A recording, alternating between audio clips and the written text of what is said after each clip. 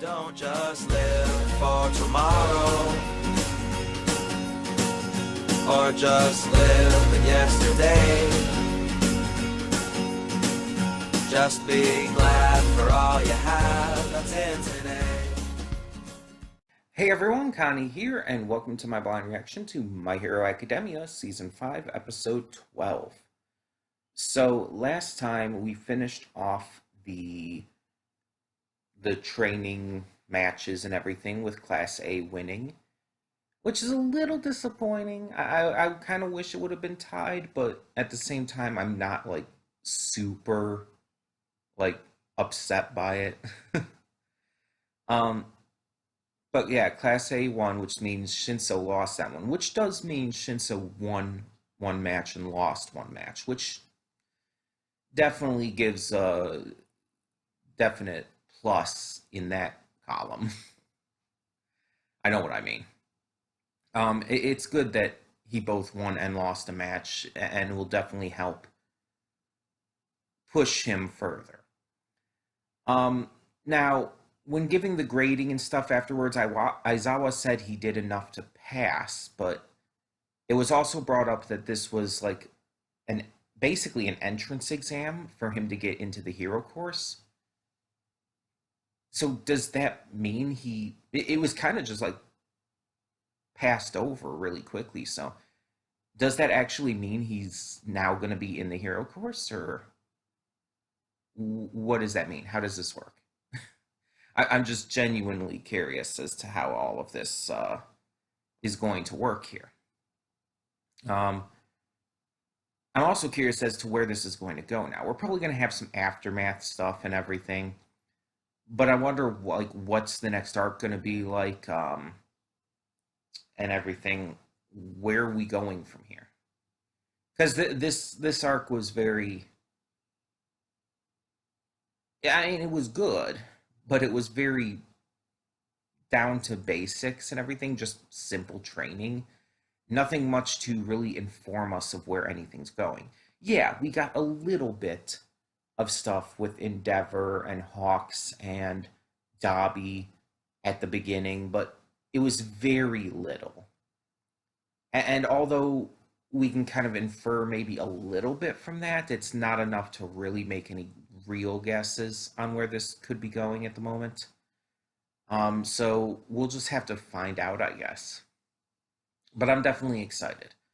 So we're going to continue this on, see what we got in store for today, and hopefully it ends up being good. So when the screen fades to black, pause this redirect and go to the description below. Follow the link to the reaction, and after you watch it, come back here to the redirect and resume play. Because after it fades to black and then fades back in, everything from that point forward will be my afterthoughts and will contain spoilers to the episode. So, that being said, thank you so much for tuning in, and I will see you at the reaction. And we are back, and we'll begin with spoilers in 3, 2, 1, now. So, this was, I feel, a good way to end things off, to finish off the arc.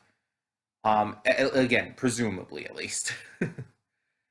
It was just kind of like a cool down episode, kind of just closing things out and having a few little like character moments and whatnot. We had Monoma seeing if he could copy Aries' quirk in order to better teach her how to master it and everything, but unfortunately it was a blank. And we found out what blanks mean for his quirk. Stockpiling quirks do not work. He cannot copy them because he can't copy the stockpiled power, which is interesting. Basically, he would just be copying the quirk at its base level. But because of that, his quirk copy just does not work on them, which is interesting. But we also had the likes of, oh, my mind is blanking. Shinso. We found out that Shinso will indeed be transferring into the hero course. just not right away. It'll be happening like next semester, I think it is, or something like that. And we do not yet know what class he's going to be transferring into. So that's interesting because it could be either or. Um, we also had a moment of Bakugo joining Deku and All Might in a discussion regarding the appearance of Black Whip and everything. And pretty much it doesn't really amount to too much. The conversation just kind of goes to them realizing that there's really nothing they know about this, that this is a brand new development, that that none of the past users have seemingly been able to do this. So not really too much revealed there. The only thing that's really of note is that they bring up that the idea of this is very similar to All for One. And it's true. And it makes sense because One for All came from All for One. It is a combination of two quirks as it is. So the fact that now past users' quirks are being introduced into this and everything, it's very similar. It is. So that's definitely a point of interest. And then we have the kind of closure of the provisional license. Just plot point. um, on their way back with All Might, it seems, from getting their provisional license and all, Todoroki and Bakugo managed to come in contact with some villains. So now that they have their licenses, they're able to work. They're able to actually do hero work. And so they help take down these villains who had been snatching bags and stuff using this carbonation quirk, among others.